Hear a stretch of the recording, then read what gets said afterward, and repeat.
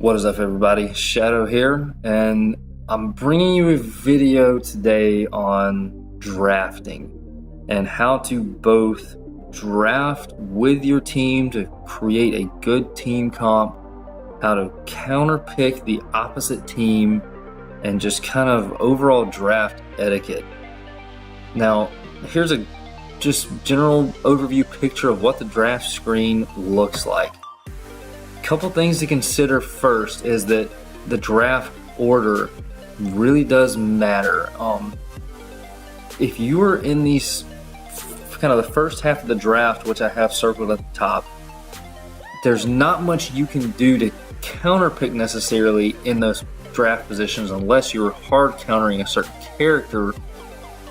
But those positions are where you form your team comp. That's where you really get your synergy going.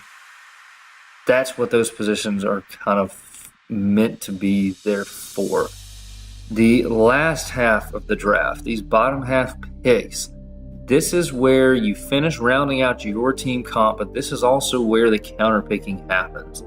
There's enough of the enemy team up on the board for you to kind of see how to counterpick effectively. For beginners, just a quick note, if you notice at the top, the little diamond figures at the top, one of them will kind of be highlighted. That shows you where you were at in the draft, as well as the order on the left-hand side of the screen. And it also lets you know at the bottom how long you have before it's time for your pick. Now, another thing, some good draft etiquette, and this needs to happen more often. I've seen beginner players not do this a lot, but I've seen tons of experienced players not do it, and that's calling out your position. There's no reason that everyone isn't calling out their position as quickly as possible once they get in the draft. The draft is where the game starts. It's not when you load into the map. It's when the draft begins. You can win or lose a game in the draft. You need to communicate with each other as quickly as possible and get your position sorted out before you start just throwing characters out there. And be courteous to other people. If you see someone higher in the draft has already shown a position they want to play, let them have it and move on to another role. Now, if you are stuck in a position where you're just not good at, or you don't have heroes to play that position, let the team know that in the team chat. 90% of the time, someone will swap with you and let you play a role that you're more effective with. But this, again, is just kind of draft etiquette. It's something that everyone should be doing. It's something that makes the entire experience more enjoyable for people, and it really helps the team out, knowing where everyone is going. So, here's an example of what it would look like. You have your teammates, they've shown their positions. You have teammate 3 and 4 or 3 and 5 are showing that they can fill, which is great. If you are a fill player, that is just tremendous. Everyone should try to be able to fill any role in the team. Everyone will have, kind of their best role, but you should be able to still fill any position if needed. So, in this example, you have your roles, your positions laid out. The opposite team has first pick, and they pick a Sparrow. Your team's first pick is a Howie, your mid laner. Again, you're not really counterpicking at this moment. You're kind of formulating your team comp. Now, Howie's a great mid laner, and he's actually a good pick against a Sparrow just because Sparrow is highly susceptible to CC, which Alistair offers a good deal of CC.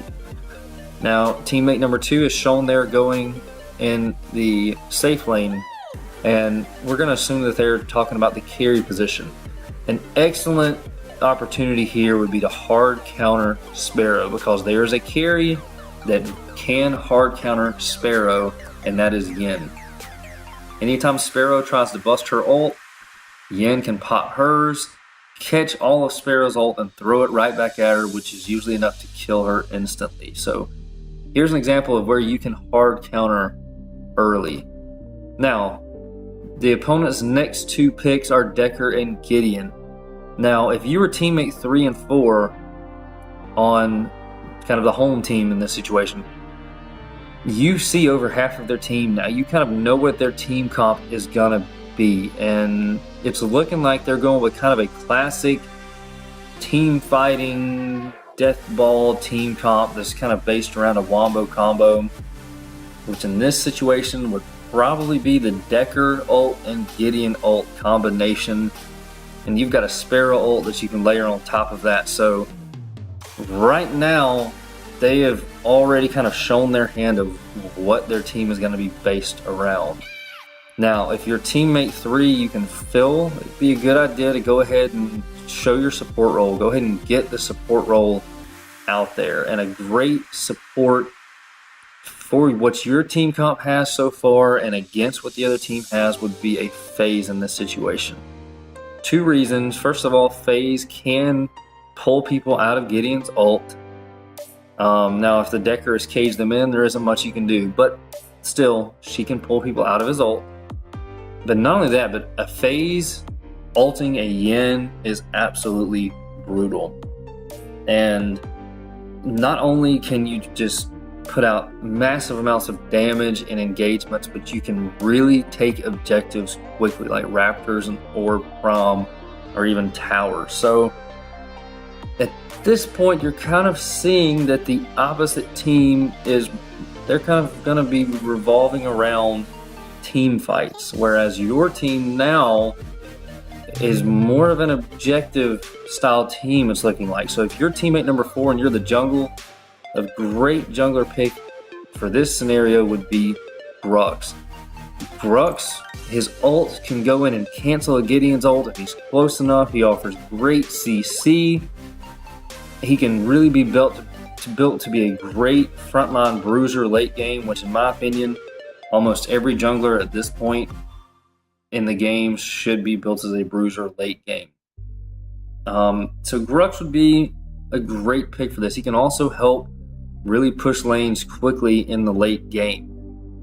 And again, your team comp is starting. You see, this is an objective team comp that you have now. Grux is a corruption character with bleed damage, and he can stack blood-soaked armor on top of that. So between Grux, FaZe, and Yin, you should be able to take Raptors as soon as they're up. Almost every time they come up, you can get Orb quickly. You really have a good objective team comp now. So if you look at the other side, we have opponents 4 and 5. They've made their last 2 picks, and they have picked a Rampage and a Kwang, or however you say his name. They obviously have a really good front line now, and you can really see that this team comp is going for team fight domination. They're probably going to be death balling. Now, if you're teammate number 5, you know you're in the off lane now. All the other roles have been picked, and you know that your team is not really built to team fight like the other team is. Where your team is going to win this game is the fact that you can split push against the opponent team. Now, the best character in the game for this right now is Wukong. So if you have the last pick in this scenario, go with a Wukong. The Sparrow and the Decker are going to be needed in engagements, and whenever the opposite team tries to deathball an objective or to really start up a big team fight, Wukong is what you would want in this situation, because as soon as the opposite team leaves lane to go try to deathball a tower or to try to start a team fight, you split push like crazy, and Wukong can pretty much split push the entire map by himself.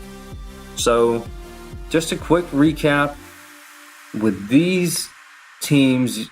The opponent team here is kind of a classic team fighting deathball machine, and your team is just not built for that. So you don't want to try to play them at their own game.